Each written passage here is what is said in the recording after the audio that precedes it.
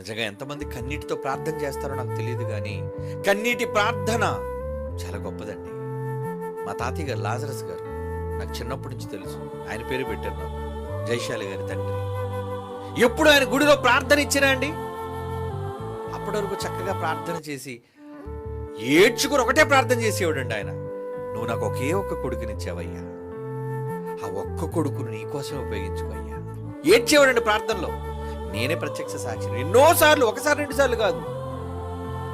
ఇక దేనికోసం ఏడ్చేవాడు కాదు ఆయన. ఇంకెప్పుడు ఆయన కళ్ళలో కన్నీళ్లు చూసేవాడు కాదు నేను.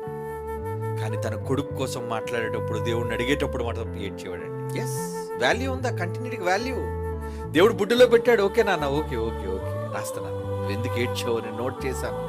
నీ కొడుకును గొప్పవాడిగా చేస్తాను. నీ కొడుకుని సమాజానికి జ్ఞానవంతుడిగా నేను తీర్చిదిద్దుతాను. సమాధానం ఉంటుందండి దేవుని దగ్గర నుంచి. నిజంగా మీ పిల్లల కోసం అలా ప్రార్థన చేస్తారు కొంతమంది. ప్రభువా నా కూతురు డాక్టర్ అయిపోవాలి ప్రభు. ఏడ్చేవాళ్ళు దౌర్భాగ్యమైన ఏడ్పులు ఏడ్చే దిక్కుమాలిన తల్లిదండ్రులను సిగ్గుపడండి.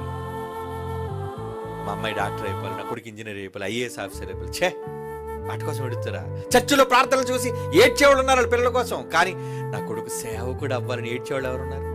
సేవకుడా? అదెందుకు చీప్? అది చిన్న చూపు.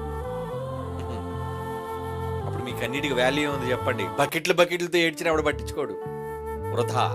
యెహోవా ఆకాశం నుంచి దృష్టించి చూచు వరకు నా కన్నీరు ఎడతెగక కారుచుండును.